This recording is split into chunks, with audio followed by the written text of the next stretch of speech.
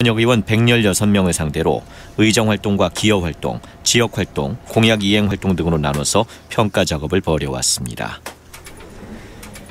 자유한국당 황교안 대표가 이번 닷새 만인 어제 퇴원했습니다.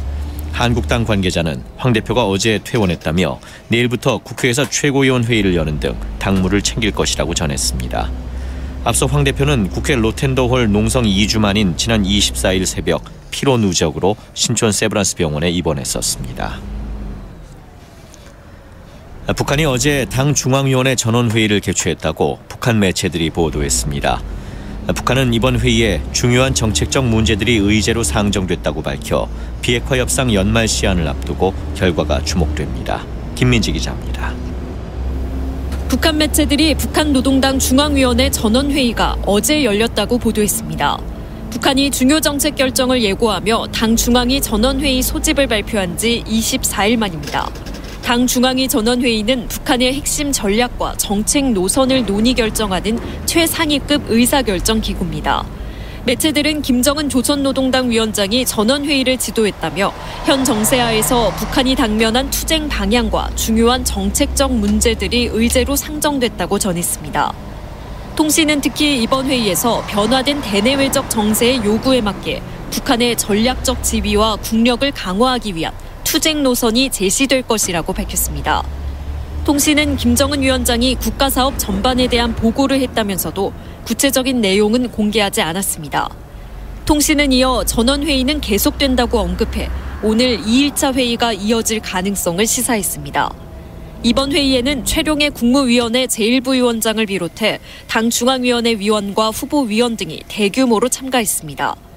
북한이 당 전원회의를 여는 것은 지난 4월 10일 열린 제7기 제4차 전원회의 이후 8개월여 만입니다. 이번 당 중앙위 전원회의는 이른바 새로운 길을 예고한 북한이 1월 1일 김정은 위원장의 신년사 발표에 앞서 개최한 것이어서 그 결과가 특히 주목되고 있습니다. KBS 뉴스 김민지입니다. 러시아가 주도하고 북한도 찬성한 사이버 범죄 결의안이 미국과 유럽연합 EU 등의 반대에도 불구하고 유엔 총회에서 통과되면서 표현의 자유를 침해할 우려가 제기된다고 DPA 통신 등이 현지 시간으로 28일 보도했습니다. 범죄 목적으로 정보와 통신기술을 이용하는 것에 대응하기 위한 국제협약은 내년 8월 뉴욕에서 첫 회의를 열 예정인데 미국과 EU 등은 이 결의안이 표현의 자유와 정치적 반대 의견을 침해할 것이라며 반대해왔습니다. 경찰이 다음 달 4일부터 문재인 하야 범국민투쟁본부 범투본의 청와대 앞 집회를 금지하자 범투본 측이 이를 취소해달라는 행정소송을 내며 맞대응에 나섰습니다. 범투본 측은 집회의 자유를 침해하는 것이라고 주장하는 반면 경찰은 계속된 범투본의 농성에 인근 주민들의 민원이 빗발치고 있다는 입장입니다. 강병수 기자의 보도입니다. 전광훈 목사가 주도하는 문재인 하야 범국민투쟁본부가 경찰의 집회 금지를 취소해달라는 행정소송을 냈습니다. 범투본은 지난 27일 서울행정법원에 서울 종로경찰서장을 상대로 5개 집회 금지 통고 처분을 취소해달라는 소송을 냈다고 밝혔습니다. 범투본은 집회의 자유와 청와대 인근 주민들의 권리를 조화시킬 방법이 있는데도 경찰이 집회를 전면 금지하는 것은 헌법으로 보장된 집회의 자유를 침해하는 것이라고 주장했습니다. 앞서 범투본은 내년 1월 4일부터 20일까지 청와대 사랑채 측면과 효자 치안센터 앞, 광화문 KT 앞 등에 집회 신고를 냈지만 경찰은 청와대 주변 3곳의 집회를 불허했습니다. 범투본은 개천절인 지난 10월 3일 광화문 일대에서 대규모 집회를 시작한 뒤 석 달째 청와대 사랑채 인근에서 노숙 농성을 하고 있습니다. 그동안 경찰은 계속된 범투본의 농성에 인근 주민들의 민원이 빗발치고 주변 서울 맹학교 학생들의 학습권이 침해된다는 주장까지 나오자 야간 집회를 제한하고 소음 기준을 강화하는 등 제한 조처를 해왔습니다. 그런데도 범투본 측이 농성을 이어가자 경찰은 내달 4일부터는 청와대 주변 주야간 집회를 모두 금지했습니다. 한편 검찰은 앞서 집회시위법 위반과 특수공무집행 방해 혐의로 전광훈 목사와 이은재 한기총 대변인에 대해 구속영장을 청구했고 법원의 구속영장 심사는 다음 주 초에 열릴 예정입니다. KBS 뉴스 강병수입니다. 내년 1월 1일부터 서울과 인천, 경기 등 수도권 3개 시도는 생활 폐기물을 10% 이상 줄여야 합니다. 서울시는 수도권 매립지에 생활 폐기물을 반입하는 서울시, 인천시, 경기도 등 수도권 3개 시도와 64개 시군구에서 내년부터 생활 폐기물 반입량을 제한하는 반입 총량제가 시행된다고 오늘 밝혔습니다. 서울시는 3만 1,000톤, 경기도는 3만 6천 톤, 인천시는 1만 1,000톤의 생활 폐기물을 각각 줄여야 합니다.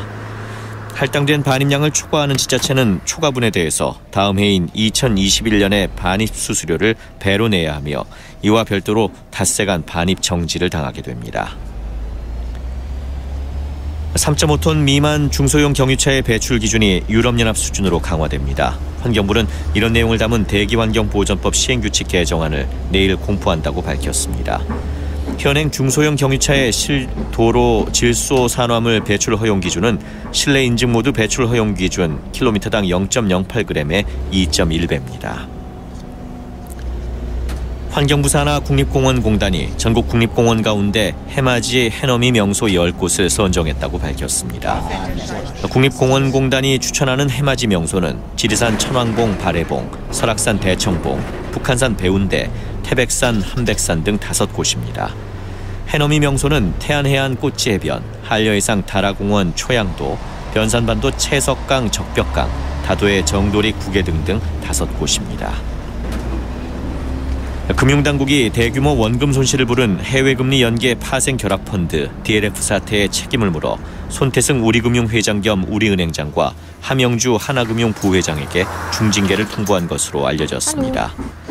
금융당국에 따르면 금융감독원은 내년 1월 16일 제재심의위원회를 앞두고 지난 26일 징계수위를 담은 사전 통지문을 두 은행에 전달했습니다.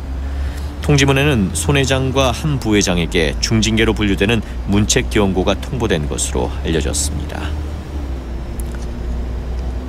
국가폭력 피해자에게 전문적인 치료와 재활 서비스를 제공하는 사업이 내년부터 정부 차원에서 이루어지게 됩니다. 행정안전부는 내년에 예산 9억 4천만 원을 투입해 국가폭력으로 정신적, 신체적 트라우마를 겪고 있는 피해자를 위한 치유 서비스 지원 사업을 시작한다고 오늘 밝혔습니다. 지원 사업은 5.18 민주화 운동과 4.3 사건으로 많은 피해자가 있는 광주시와 제주도에서 먼저 시행됩니다. 오늘 밤부터 월요일인 내일 낮까지 전국에 비 또는 눈이 내리겠습니다. 제주에는 10에서 40mm의 비가 내리겠고 남부지방은 5에서 20mm, 중부와 서해 5도 지역 등에는 5mm 안팎의 비나 눈이 오겠습니다. 내일까지는 평년보다 높은 기온을 유지할 것으로 보여 내일 전국의 아침 최저기온은 서울 영상 4도 등 영하 1도에서 영상 8도의 분포를 보이겠습니다. 지금까지 아나운서 이규봉이었습니다. 제1라디오 7시 뉴스를 마칩니다. KBS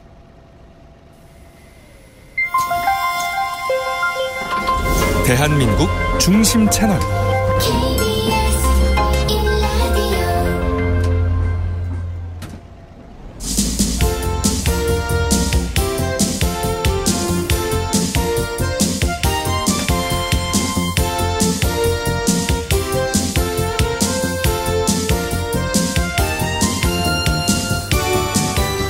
KBS 일라디오 생방송 주말 저녁입니다. 12월 29일 일요일 2부 주요 내용입니다. 장기 집권 중인 일본 아베 총리 정권이 흔들리는 조짐을 보이고 있습니다. 벚꽃놀이 파문에 이어서 복합 리조트 의혹까지 겹쳤는데요. 특히 도쿄지검 특수부가 10년 만에 자민당 현역 중진 의원을 체포하고 나서면서 주목을 끌고 있습니다. 세계는 지금에서 알아보고요. 연말 연시 막스오피스 성적 일요 영화에서 알아보겠습니다. 문화로 세상 읽기에서는 인기 캐릭터 펭수를 둘러싼 각종 논란 살펴보고요. 한국의 음악에서는 비틀즈의 Let It Be 준비했습니다. 먼저 고속도로 상황부터 알아봅니다. 한국도로공사 정지원 씨. 네, 저녁 7시를 넘어서 간 곳이 있습니다. 45번 중부 내륙고속도로 양평 방향으로 괴산 부근 1차로에서 승용차 사고가 발생했습니다. 이 일대로 2km 짧지만 정체가 되고 있는 만큼 주의해서 이동해 주시고요. 50번 영동고속도로 인천 방향으로 새말에서 원주까지 막혔다가 여주분기점에서 호법분기점 사이로 차 간격 좁아져 있습니다. 52번 광주 원주간 고속도로 경기 광주 방향은 동곤지암 일대로 답답하고요. 60번 서울 양양간 경부고속도로 서울 방향은 이제 정체 없이 수월한 흐름 보입니다.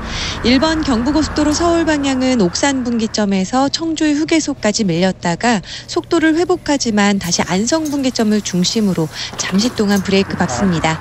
15번 서해안고속도로 서울 방향 정체는 이제 대부분 풀렸습니다. 다만 팔곡터널 부근 1차로에 승용차가 고장으로 서 있습니다. 이 영향으로 짧은 구간 정체니까요. 급정거하지 않도록 주의해 주시기 바랍니다. 오늘 비와 눈이 내리는 곳이 있습니다. 야간 운전하는 분들 더더욱 안전운전에 신경 써서 이동해 주시기 바랍니다. 지금까지 한국도로공사 교통센터였습니다.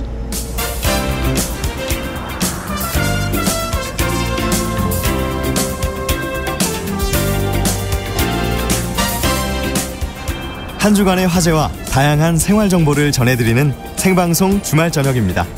매주 토요일과 일요일 저녁 6시 5분부터 아나운서 태의경이 애청자 여러분과 함께합니다.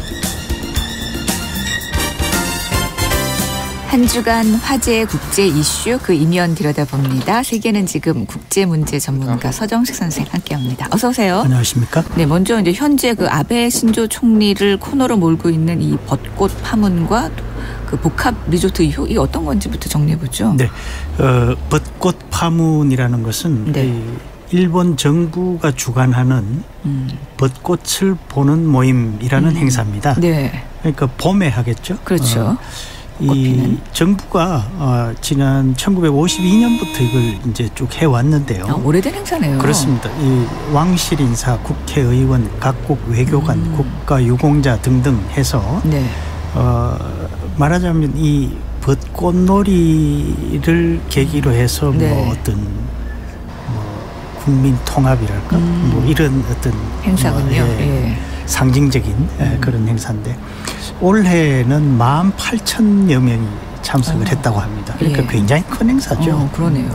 그런데 이게 이제 논란이 된 것은 지난 11월에 예. 참의원에서 이제 이 행사에 아베 총리 지역구의 그 후원회 네네. 인사들이 대거 초청이 됐다라는 이제 의혹이 제기가 됐는데 예. 그게 이제 뭐 자꾸 이렇게 여기저기 불거져 보니까 실제로 그런 일이 있고 그래서 이게 이제 아까 정부가 주관한다고 네네. 말씀을 드렸는데요. 만약에 예. 뭐 당이 주관을 하면 뭐 후원 회원들 부를 수 그렇죠. 있겠죠. 예. 그런데 정부 돈으로 자기 지역구 사람들 불러다가 선심을 썼다. 네네. 그러니까 어떻게 보면 총리 지역구 행사처럼 했다. 이런 이제 비판이죠. 네. 그리고 복합 리조트라는 것은 이제 네. 카지노가 포함된 이 복합 리조트 네네. 사업. 카지노도 있고 뭐 그러면 호텔도 있고 뭐 여러 가지 위락 시설도 있겠죠. 그럼 굉장히 큰 사업이 될 텐데 이걸 이제 추진하는 가운데 그 자민당 중진 의원인 아키모토 스카사 의원이라는 네. 중의원 의원이 예.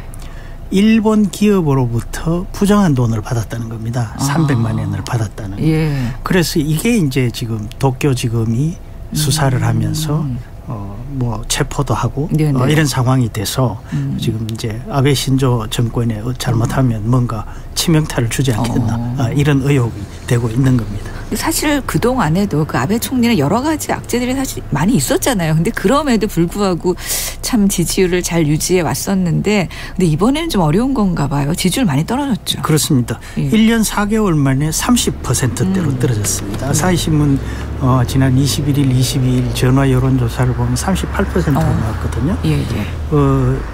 이게 이제 전월에 비해서 6%포인트가 떨어졌습니다. 지지율이 6%가 떨어지는 것은 네. 어떻게 보면 뭐 수직 낙하라고 할 정도로 굉장히 폭이 큰 거죠. 그렇죠. 그런데 반대한다는 그러니까 이 아베 신조 정권에 반대하는 여론은 정확하게 6%가 또 올라갔어요. 네. 그러니까 이 지지율 하락이 굉장히 심각하다라는 이야기인데 특히 이 아베 총리가 이 자민당 총재 임기가 2021년 9월입니다. 네. 자민당 총재가 다수당이니까 즉 이건 총리 아니겠습니까? 네, 그렇죠. 그게 끝나고 그럼 아베 총리를 다시 총리로 했으면 좋겠냐? 여기는 63%가 반대했어요. 그러니까 유권자 3분의 2가 지금 반대하고 있다는 이야기죠. 그러네요. 말씀하신 대로 아베 총리는 여러 가지 악재를 잘 극복을 해왔습니다. 그렇죠. 예. 가장 중요한 것은 무슨 문제가 터지면 재빨리 잘못을 인정하고 그걸 수습을 했어요. 그러면서 이제 지지율을 지켜왔는데 이번에는 처음에는 뭐 이게 문제될 게 뭐 있느냐. 벚꽃놀이, 관례다. 또 정치인이 지역 국민을 배려하는 게 뭐가 잘못인가. 뭐 등등 이렇게 이야기를 하고요. 그다음에 또 그 참가자 명단도 막 파기를 하고 이렇게 해서 뭔가 좀 덮으려는 이런 모습을 보였는데 물론 이제 아베 총리가 내년 행사는 안 하겠다라고 하면서 조금 잘못을 인정하는 듯한 발언도 했습니다.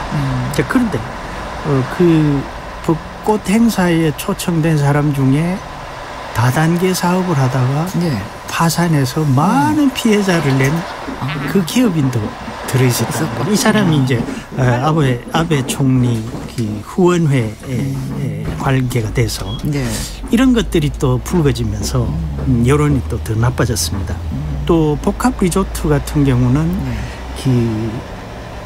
이 아키모토 스카사라는 중의원 의원이 이제 3선인데 교통부 부대신, 그러니까 우리 식으로 말하면 교통부 차관을 지냈어요. 작년 10월까지.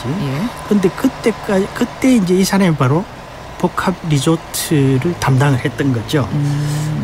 그런데 이제 뭐 의혹은 무슨 의혹이냐 이렇게 아주 자기가 전혀 관계 없다고 이제 주장을 했는데 결국은 의원회관에서 중국 복권 기업으로부터 돈을 받은 것으로 이렇게 보도가 됐고요. 이렇게 되니까 이제 뭐 관방장관이 브리핑을 하는데 기자들이 계속 물을 거 아닙니까? 그러니까 15분 만에 그냥 서둘러서 브리핑을 끝내려다가 오히려 기자들한테 막 항의를 받고 이런 소동까지 빚어졌어요. 그래서 이번에는 이 두 사안 다 이전과는 조금 다르게 그렇게 대응을 하고 있는 것 같다. 그리고 이전과 다를 수밖에 없는 게 이전에는 뭐 장관이 정치자금 문제가 있으면 그 장관 사퇴시키면 되는데 지금은 이 사퇴시킬 사람이 없어요. 그러네요. 뭐 그런 점도 있지 않나 이렇게 생각이 됩니다. 현역 그 중진 의원에 체포된 것이 이례적이기도 하지만은 그 도쿄지검 특수부가 공개 수사에 나선 것에 이제 특히 주목하는 이유는 뭐예요? 그렇습니다. 이 도쿄지검 특수부라고 하면은 우리나라로 치면 이제 서울지검 특수부 좀 그렇죠. 되는데 이 도쿄지검 특수부가 굉장히 뭐 엘리트들이 모여 있겠죠. 검사 중에서도. 그런데 그 수사력이 아주 뛰어난 것으로 유명합니다. 그래서 도쿄지검 특수부가 공개 수사를 하면 거의 100% 이건 유죄라는 거죠. 확신이 있으니까. 그렇습니다. 그리고 이 도쿄지검 특수부의 전통이 과거에 뭐 엄청난 건물들을 낙마시킨 적이 있습니다. 대표적으로 록히드 사건. 70년대, 80년대 리크루트 사건 이런 게 있습니다. 록히드 사건이라는 건 미국 록히드사로부터 다나카 가쿠에이 전 총리가 뇌물을 받았다고 체포가 돼서 유죄 판결을 받은 그런 사건인데요. 다나카 가쿠에이 전 총리는 그때 당시에 현직 총리는 아닙니다만 현직 총리를 자기가 막 갈아치울 정도의 그런 권력을 말하자면 상왕 같은 사람이었는데 도쿄지검 특수부가 그 사람을 체포를 해서 유죄를 만들었다는 거죠. 그다음에 80년대 그 리크루트 사건은 이 정보회사가 자회사 비상장 주식을 국회의원들에게 나눠준 사건입니다. 이게 과거에는 정치 자금으로 이렇게 주는 관리였는데 이걸 특수부가 잡아서 결국은 당시 다케시다 노보루 총리가 물러나고요. 나카소네 야스히로 전 총리는 자민당을 탈당하는 상황까지 왔습니다. 다시 말씀드리면은 최고 권력자도 낙마를 시켰고 그다음에 심지어는 정권까지 무너뜨린 전례가 있다는 거죠. 그러면은 이것이 자칫 아베 정권을 무너뜨리는 어떤 대형 사건으로 비화될 가능성도 충분히 있어 보이네요. 그렇습니다. 지금 현재는 아직 이 사건이 얼마나 커질지는 모르겠는데 만약에 이것이 아까 이제 체포된 그 중의원 윗선으로 뭐가 올라간다고 하면 이제 상당히 이야기가 달라지는 거죠. 그런데 도쿄지검 특수부가 지금 딱 그렇게 수사를 하고 나섰다는 것을 보면 뭔가 있지 않겠나 그럼요. 이렇게 보는 거거든요. 그러면은 아베 정권이 치명타를 입을 수도 있다. 그러면 내년 초에 네. 어쩌면은 이 국면 전환을 위해서 중의원을 해산할지도 모른다. 이제 이런 이야기까지 나오는 거거든요. 이건 다시 말씀드리면은 아베 정권이 이제 다시 한번 이 뭐랄까요, 이 기로에서는 이런 상황이 되지 않을까 이렇게 보고 있습니다. 세계는 지금 오늘은 도쿄지검 특수부의 부활과 또 아베 정권의 위기 그 이면 들여다봤습니다. 국제문제 전문가 서정식 선생과 함께했습니다. 고맙습니다. 고맙습니다.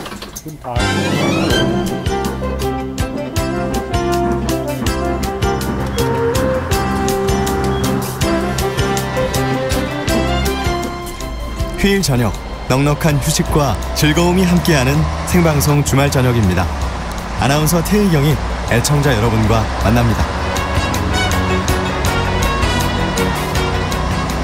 금주의 개봉작과 영화계 소식 들어보겠습니다. 일요 영화 2대1의 김윤지 기자 연결합니다. 안녕하세요. 네, 안녕하세요. 네, 올해도 이제 이틀밖에 남지 않았는데요. 연말 그 박스오피스 성적은 어땠어요? 네, 연말 연시는 극장가의 대표적인 성수기 중 하나잖아요. 그렇죠. 특히 성탄절은 연중 가장 관객이 많이 드는 날로 손꼽히는데요. 실제 이번 크리스마스에는 201만 명이 극장을 찾았고요. 올해 처음으로 200만 명 이상이 극장을 찾는 날이 됐습니다. 2017년에는 203만 명, 지난해에는 190만 명이 성탄절에 극장을 찾았습니다. 올해 성탄절 가장 많은 관객이 본 작품은 이병헌, 하정우 주연의 백두산이었습니다. 전체 관객 절반에 가까운 93만 명이 관람을 했고요. 개봉 2주차에도 흥행을 이어가고 있는데요. 어제까지는 누적 관객 520만 명을 넘어섰습니다. 극한 직업, 베테랑 이런 천만 영화들과 같은 속도인데요. 사실 이 영화는 손익분기점이 730만 명 정도 되는 작품이기 때문에 더 봐야 손해를 보지는 않습니다. 일단은 신작 개봉에도 불구하고 박스오피스 정상을 이어가고 있고요. 에서는 그 대표적인 연말연시 영화가 논란의 중심에 섰다는 소식이 있던데 이건 어떤 얘기예요? 네, 연말연시하면 떠오르는 영화가 하나씩 있으실 것 같은데요. 대표적인 작품이 러브 액츄얼리 그리고 나홀로 집에 그 시리즈가 아닐까 싶습니다. 네, 그 중에서 나홀로 집에인데요. 1편은 1990년도에 개봉을 했죠. 무려 이제 29년 전 작품인데요. 맥컬리 컬킨이라는 세계적인 아역 스타를 만들었고요. 돌아오는 아카데미에서 각광받는 배우인데요. 이제 아일리시 맨의 조 패시 이 배우가 좀도둑으로 출연했던 작품입니다. 1편이 너무 성공한 나머지 5편까지 만들어졌고요. 아마 대중적으로 많이 알고 계시는 작품은 2편까지가 아닐까 싶습니다. 2편까지는 이제 1편의 주인공들이 이제 거의 그대로 출연을 했습니다. 1편은 그 케빈의 집 주변을 중심으로 흘러간다면 2편은 이제 케빈이 뉴욕으로 무대를 넓혀가는데요. 이때 주인공이 뉴욕에서 묵게 되는 호텔이 고급 호텔인 플라자 호텔입니다. 이제 이 플라자 호텔 같은 경우는 이제 역사적으로도 중요한 어떤 장소로 등장을 하는데요. 1985년 주요 5개국 재무장관들이 이 호텔에 모여서 달러의 가치를 낮추기로 의견을 모았던 그 플라자 합의의 배경이 되기도 합니다. 이때 잠깐 등장했던 카메오가 바로 도널드 트럼프 미국 대통령입니다. 지금은 이제 이 호텔의 주인이 카타르 국영펀드라고 해요. 이제 그 시기에는 트럼프 대통령의 소유였는데요. 그래서 케빈에게 길을 알려주는 역할로 7초 분량 아주 잠깐 등장을 합니다. 그런데 올해 캐나다 국영방송에서 나홀로 집의 2를 방영하면서 이 트럼프가 나왔던 장면을 삭제 편집했다는 소식이 SNS를 중심으로 확산이 되면서 논란으로 이어진 건데요. 이게 확산이 되다 보니까 트럼프 대통령도 SNS를 통해서 캐나다 총리가 나를 좋아하지 않는 것 같다 뭐 이런 식으로 반응을 했습니다. 이렇게까지 상황이 커지니 캐나다 국영방송도 해명을 하긴 해야 하잖아요.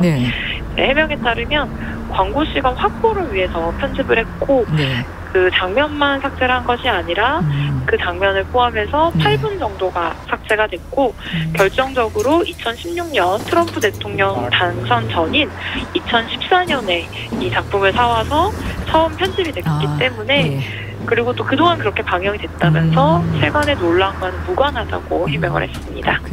개봉작도 좀 알아보죠. 이번 주에는 한국 영화 개봉은 좀 뜸하네요. 그리고 2차 세계대전 당시 그 해전을 소재로 한 할리우드 작품이 개봉하죠. 네, 미드웨이입니다.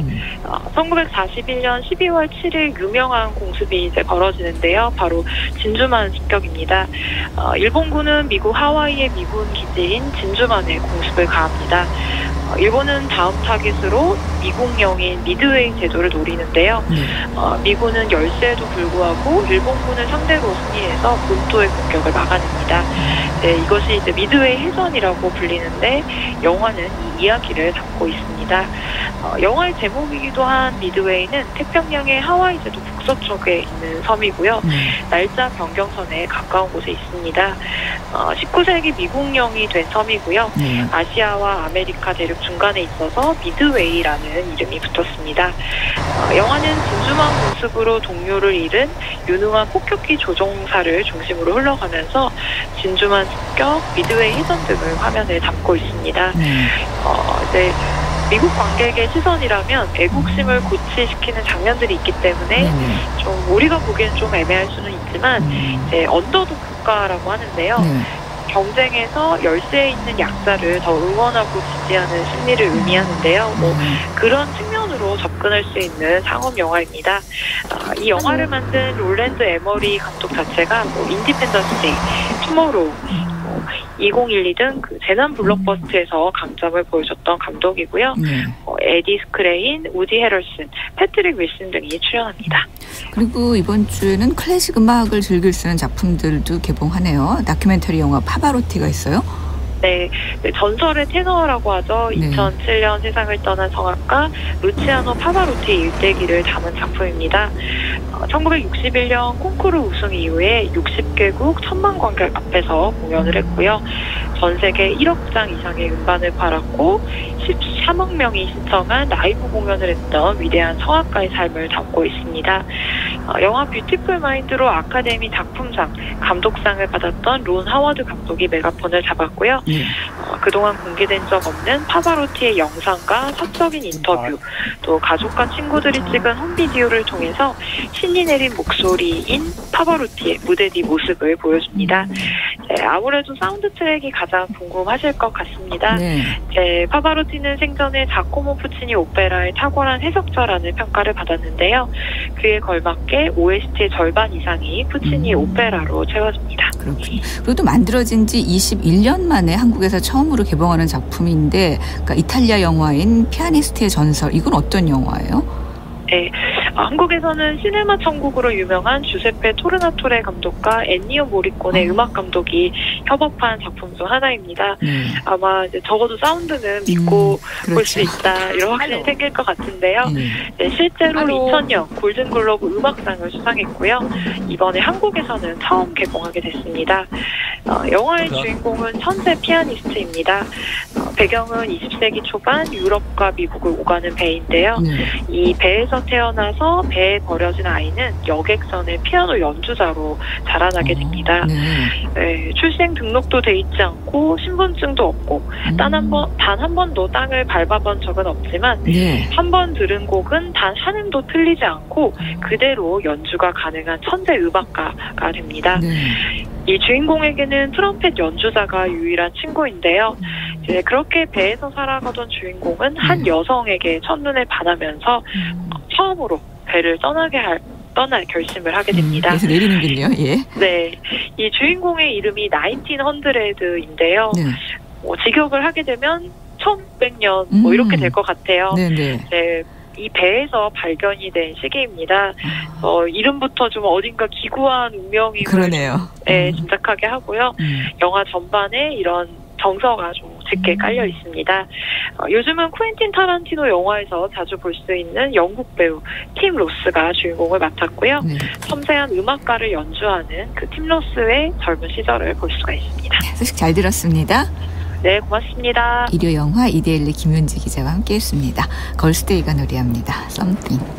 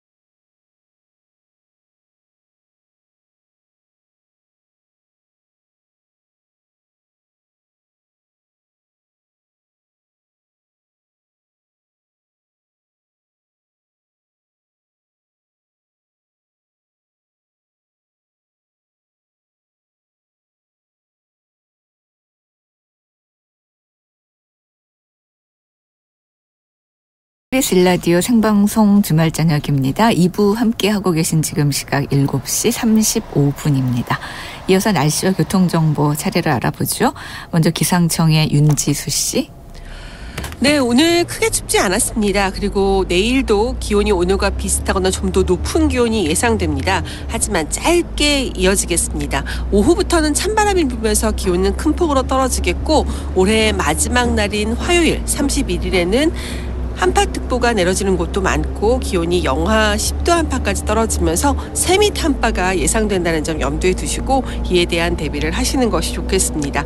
하늘이 흐리고 비가 내리는 곳이 많기 때문에 내일 아침 기온은 많이 떨어지진 않겠고요. 오히려 오늘보다 높은 서울 영상 4도를 비롯해 전국은 영하 1도에서 영상 8도, 낮 최고 기온은 서울 6도, 세종대전 8도, 광주 11도, 부산은 15도 안팎까지 올라갔다 이후로 기온이 큰 폭으로 떨어져 화요일 아침 서울은 영하 10도 안팎까지, 부산 지역도 영하 2도의 낮은 기온 예상되고 있습니다.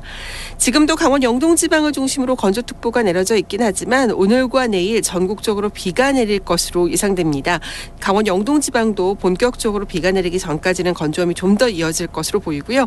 기온이 낮은 일부 중부 내륙 지역과 경상북도 북부 지역은 눈이 쌓이는 곳도 있을 텐데 양은 많지 않겠습니다. 1cm 안팎으로 쌓이겠고 비가 내린다면 중부 지방은 5mm 안팎, 남부 지방 지방은 5에서 20mm, 제주도 지방은 조금 더 많은 10에서 40mm 정도의 비가 내리다가 내일 낮에 대부분 그칠 것으로 예상됩니다. 오늘 밤 경기도나 강원 영서 지역, 세종과 충청북도, 대구 등은 미세먼지 상황 나쁨 단계를 계속 이어가겠습니다. 지금 서울 기온은 5.2도, 습도 49%입니다. 지금까지 날씨 정보였습니다. 다음은 이 시각 교통 상황 알아보겠습니다. KBS 교통정보센터의 윤여은 씨입니다. 네, 고속도로 정체 빠르게 풀려가고 있습니다. 중부내륙고속도로 양평 쪽 감곡과 여주분기점 사이 정체 남아있고요. 영동고속도로 인천 쪽은 새마을에서 원주와 이천에서 호법분기점까지 밀립니다. 광주원주고속도로 광주 쪽은 흥천 이포 나들목에서 정체고요. 논산 천안고속도로 천안 쪽 정안나들목에서 밀립니다. 경부고속도로 서울 쪽 청주 휴게소 부근에서 4km 정체고요. 이후 안성 부근에 있던 고장난 차는 갓길로 옮겨졌지만 아직 일대 4km 구간에서 밀리고 있습니다. 서울시내 올림픽대로 잠실 쪽은 방화대교와 가양대교 사이 갓길에 고장난 차가 있어 주의가 필요해 보입니다. KBS 교통정보센터였습니다.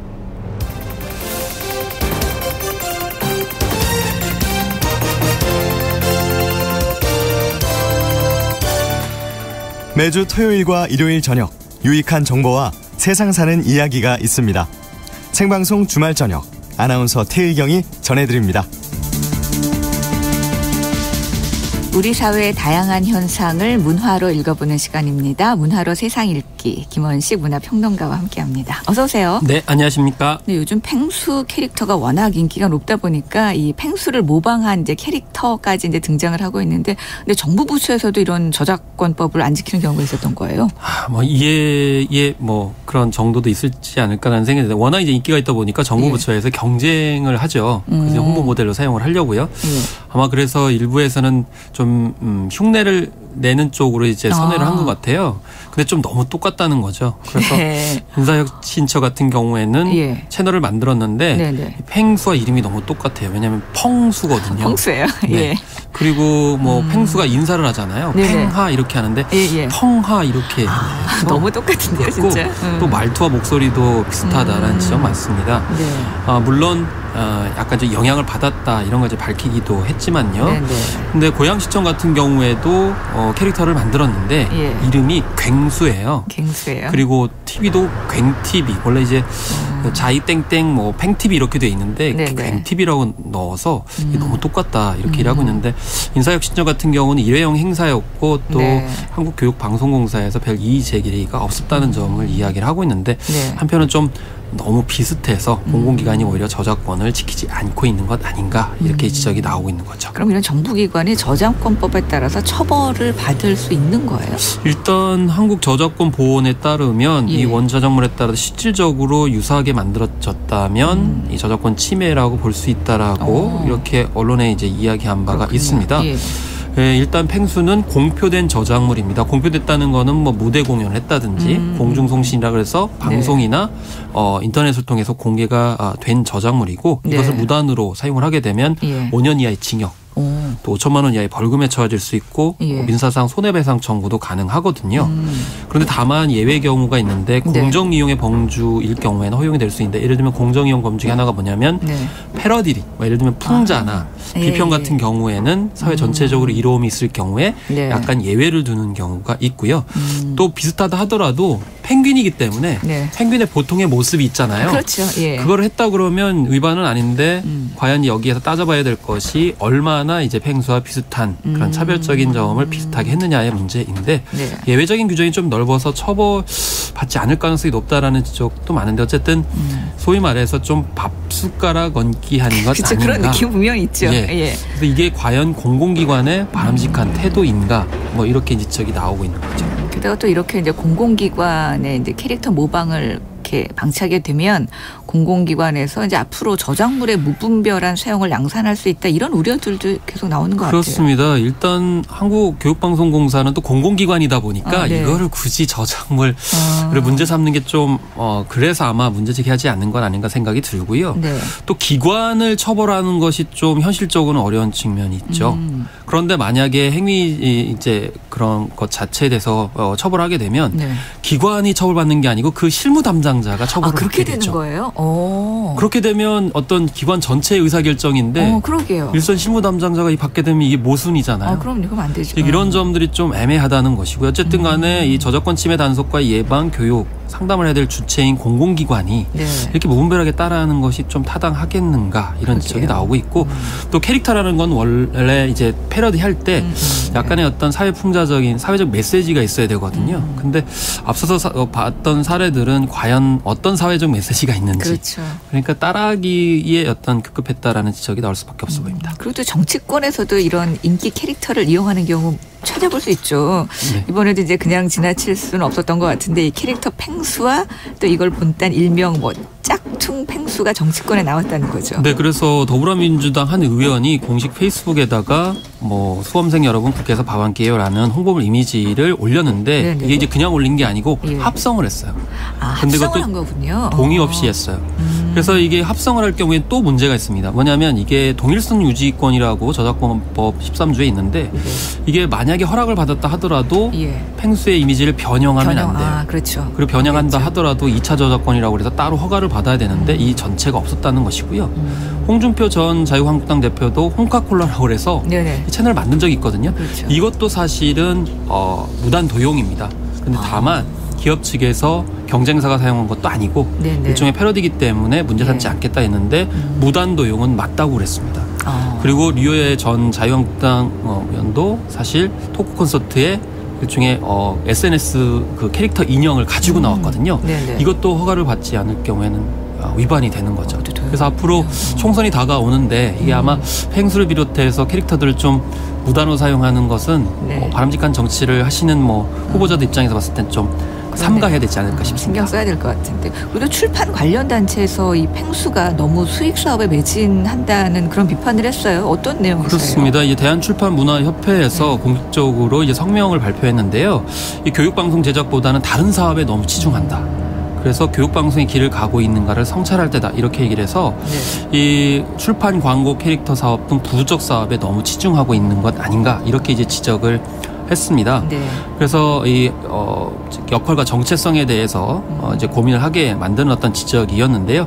어쨌든 너무 상업적으로 이 펭수 이미지를 소진하게 되면 결국 가치가 훼손되지 않을까 이런 우려는 좀 충분해 보입니다. 그렇죠. 게다가 또 염려하는 게 출판 관련 단체에서 또 단행본 시장에까지 펭수가 진출한 그런 점인 거잖아요. 그런데 이제 대표적인 사례가 이 펭수 다이어리가 지금 엄청나게 판매가 되고 있는 상황인데 물론 출판계 전문가들은 좀 설왕설래하고 있는 것이 뭐냐면 이 다이어리가 과연 책이냐 아니냐 여기에서 또 논란이 있는데요. 어쨌든 지금 출판물로 팔리고 있거든요.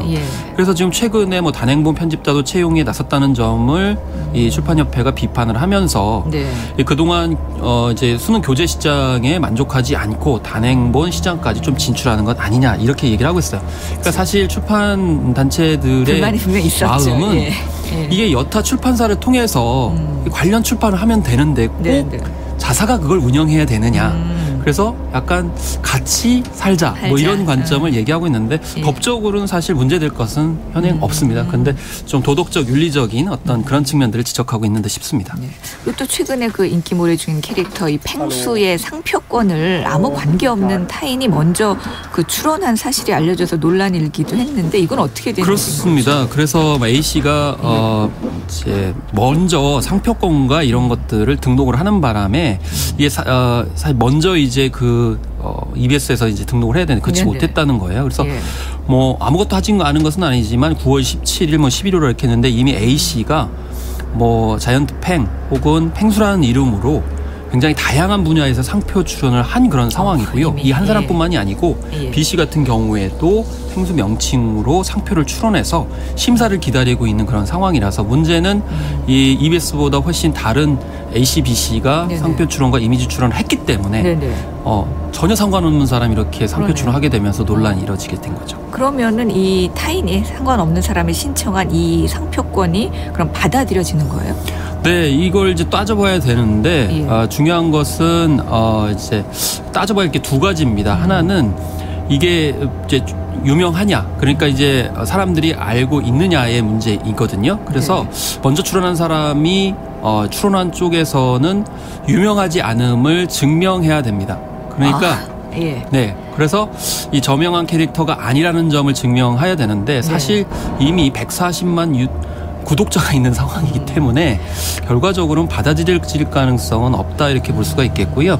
현행 특허법에 따르면 동일 유사한 상품에 사용할 상표에 대해서 다른 나라의 2 이상의 상표 등록 출원이 있는 경우에는 먼저 출원한 자만이 그 상표를 받을 수 있다라고 하지만 현저하게 인식된 그런 경우에는 이거에 이제 원래의 저작권자한테 돌려줘야 된다 이렇게 규정을 하고 있어서 받아들일 가능성은 없다라는 것이 전체적인 분위기입니다. 근데 무단으로 특허 신청한 사람을 처벌할 수 없다는 거죠. 이게 의도가 너무 불순하거든요. 왜냐하면 상표 브로커들이 먼저 상표를 등록한 다음에 이게 상표권을 침해했다고 해서 합의금 또는 이런 것들을 따로 이제 돈을 요구하기 위해서 이런 것들을 선점하거든요. 그런 것 때문에 선점하는 거군요. 그런데 말씀하신 대로 등록을 했다 하더라도 처벌할 수는 없어요. 왜냐하면 이 정당한 권리자가 이의 제기를 해서 상표권을 되찾을 수 있도록 법적으로 했지 상표를 먼저 선점한 데에 대해서 처벌할 규정은 사실상 없는 것이기 때문에 한편으로는 계속 이렇게 상관없는 사람들이 먼저 신청하는 사례들이 많이 나오고 있는 거죠. 그래서 만약에 막지를 못하게 되면 특허 무효 심판이라든지 소송을 통해서 무효 심결을 받아야 되는 그런 과정들이 또 기다리고 있습니다. 그렇군요. 말씀 잘 들었습니다. 네, 감사합니다. 문화로 세상 읽기 김원식 문화평론가와 함께했습니다.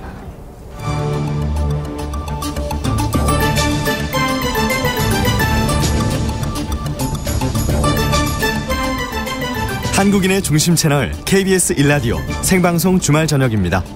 매주 토요일과 일요일 저녁 6시 5분부터 아나운서 태의경이 애청자 여러분과 함께합니다. 음악으로 잠시 쉼표를 찍어봅니다. 한국의 음악 강민석 음악 컬럼니스트와 함께합니다. 어서 오세요. 안녕하세요. 네, 오늘이 2019년 이제 마지막 한국의 음악인데 오늘 한 곡은 그야말로 모두가 다 아는 명곡을 가져오셨군요. 비틀즈의 Let It Be. 드디어 이제 이 시간에도 비틀즈 음악을 듣게 되는 거예요. 네. 영국의 4인조 그룹 비틀즈. 이 사람들의 음악은 20세기 대중음악의 표상이라고 할 수가 있겠죠. 이 비틀즈가 제일 마지막으로 발표한 앨범의 타이틀곡이 Let It Be예요. 그래서 마지막 명곡이다 이렇게 부르죠. 일반적으로는 비틀즈 음악 중에 뭘 제일 좋아하세요? 저요? 저는 그냥 Yesterday. 아무래도 그쪽에 가장 많이 애청하는 곡이긴 한데 Let It Be 곡은 그 피아노 전주부터 마음을 탁 사로잡는데 여기다 화려하게 꾸미지 않은 그 폴 맥카트니의 수수한 노래 그리고 다분히 뭔가 동양 철학의 영향을 받은 것 같은 가사 또 아름답지만 현학적이지 않은 멜로디 이런 것들이 꾸준하게 사랑받는 비틀즈 최후의 한 곡이다 이렇게 얘기할 수 있겠죠. 그러네요. 비틀즈가 이제 마지막 발표한 앨범의 타이틀곡이라고 하셨는데 근데 이 곡이 공식 발표된 시기는 비틀즈가 해체된 뒤라면서요? 그게 그렇더라고요. 1969년 10월에 이제 앨범 에비로드를 발표한 뒤에 그 이듬해 4월에 폴 맥카트니가 솔로 앨범 발표하면서 탈퇴를 선언해요. 그 한 달 뒤인 5월에 이제 미리 제작해뒀던 Let It Be가 발표가 되는 건데 당시 그룹의 불화를 견디다 못한 그 폴 맥카트니가 자유의 몸이 되기로 한 곡 그러고서 이제 공식 발표가 된 건데 그룹이 이제 위태위태하게 하면 유지되어 온 게 폴 맥카트니가 버텨서거든요. 그랬던 거예요? 근데 그가 이제 탈퇴 선언하면서 자연스럽게 해체 선언이 된 건데 아이러니하고 또 그 당시로서는 결국 해체가 술렸던 모양이긴 합니다. 또 말씀 들어보니까 이제 폴 맥카트니가 참 비틀즈 해체를 막기 위해서 많은 애도 썼던 것 같은데 어쨌든 이 곡을 작곡한 사람이 이제 폴 맥카트니인 거잖아요. 근데 왜 이 곡이 그 그룹의 불화 때문에 만들어졌다는 그런 설들이 있었는데 그게 꼭 틀린 얘기는 아닌 거예요. 그게 반증이 된 거죠. 그런 거네요. 그렇다면 이렇게 좋은 명곡을 만들면서 도대체 이들은 얼마나 사이가 안 좋았던 거예요, 그동안? 이들이 남긴 명곡들이 얼마나 영향력이 큽니까? 그럼요. 그런데 활동할 때 그 음악적 견해가 다르고 개성이 너무 강하죠. 불화가 잦아서 하루도 평화로운 날이 없었대요. 심지어 네 사람이 각자 따로 녹음을 할 정도로 그렇게 날이 서 있는 상태로 활동을 무대에서는 어찌 그리 그러게요. 그나마 이제 아까 말씀드린 것처럼 그룹의 평화를 유지해보려고 애쓴 게 폴 맥카트니인데 거의 강박에 시달렸대요. 이 문제로. 게다가 이제 이 비틀즈를 발굴하고 스타로 만든 매니저 브라이언 앱스타인이 사망한 일이 그때 겹쳐서 거의 뭐 패닉 상태였다고 합니다. 할 수가 없었군요. 그 즈음에 이제 폴 맥카트니가 꿈을 꿨는데 14살 때 돌아가신 어머니가 나왔대요. 그래가지고 흘러가는 대로 내버려둬라. 괜찮아질 거다. 이렇게 얘기했대요. 네네. 너무 오랜만에 어머니를 꿈에서지만 만나서 너무 기뻤는데 그러면서 그래 내버려 두자. 그러면서 레리비 이 곡을 만들게 된 거고 혹자는 이제 꿈에 나온 게 이 가사에 마더 메리가 나오고 그 있잖아요. 마더 메리니까 성모 마리아 아니냐 그런 설이 있는데 폴 어머니 이름이 메리였대요. 그러니까 마더 메리가 어머니였던 거군요. 그래서 이제 이 곡 만들어서 발표한 뒤에도 이제 폴 맥카트니가 힘든 일이 있을 때마다 이 곡 들었다 그러는데 그런 이유가 있었네요. 그렇죠. 그리고 뭐 14인데든지 또 아버지가 세상 떠나셨을 때도 들었고 또 아내 린다 맥카트니가 이제 암으로 사별했을 때 장례식에서 이제 레리비가 흘렀대요. 그래서 이제 사랑하고 아끼는 사람들이 먼저 떠나가는 일 얼마나 힘들었던가 또 불화도 그렇고 그걸 반증하는 게 이 곡에서 끊임없이 반복되는 레리비라는 구절인데 이게 41번 나옵니다. 41번이나 나와요. 세보셨군요. 거의 주문이죠. 근데 이제 이 주문이 이전에 세상 사람들 모두의 고통이 사라지기를 염원하는 평화를 기원하는 보편타당한 주문이 된 거죠. 폴 맥카트니가 그러니까 힘든 일이 있을 때마다 이 레리비라는 음악이 함께 했었던 거군요. 어쨌든 이 레리비라는 말이 이 레리비에서 41번 나온다고 했으니까 정말 뭐 주문을 외운 거네요. 레리비 계속 그러긴 하잖아요. 그래 아까 내용도 뭐 잠시 설명해 주셨지만 그래도 가사를 한번 쭉 정리해 볼까요? 그럴까요? 내가 힘든 시간 속에 있을 때 어머니 메리가 찾아와 지혜로운 말씀을 해주셨지요. 내버려 두거라. 암흑의 시간 속에서도 어머니 메리 밝게 내 앞에 서서 지혜롭게 말씀해 주셨죠. 내버려 두거라. 내버려 두거라. 상처 입은 세상 사람들이 동의했습니다. 거기에 답이 있을 거다. 내버려 두어라. 그들이 헤어지더라도 여전히 그들이 볼 수 있을 기회가 있으니 거기에 답이 있을 거다. 내버려 두어라. 구름 낀 밤에 여전히 내 위에서 빛나는 빛이 있으니 내일까지도 빛나고 있을지니 내버려 두어라. 음악 소리를 듣고 깨어났지요. 어머니가 내 꿈에서 지혜롭게 속삭이셨지요. 내버려 두어라. 레리비 계속 나오는 거군요. 2019년 이제 한국의 음악 마지막 시간은 그 비틀즈의 최후의 명곡이에요. 레리비 들으면서 인사드리겠습니다. 한국의 음악 강민석 음악 컬럼리스트와 함께했습니다. 고맙습니다. 고맙습니다.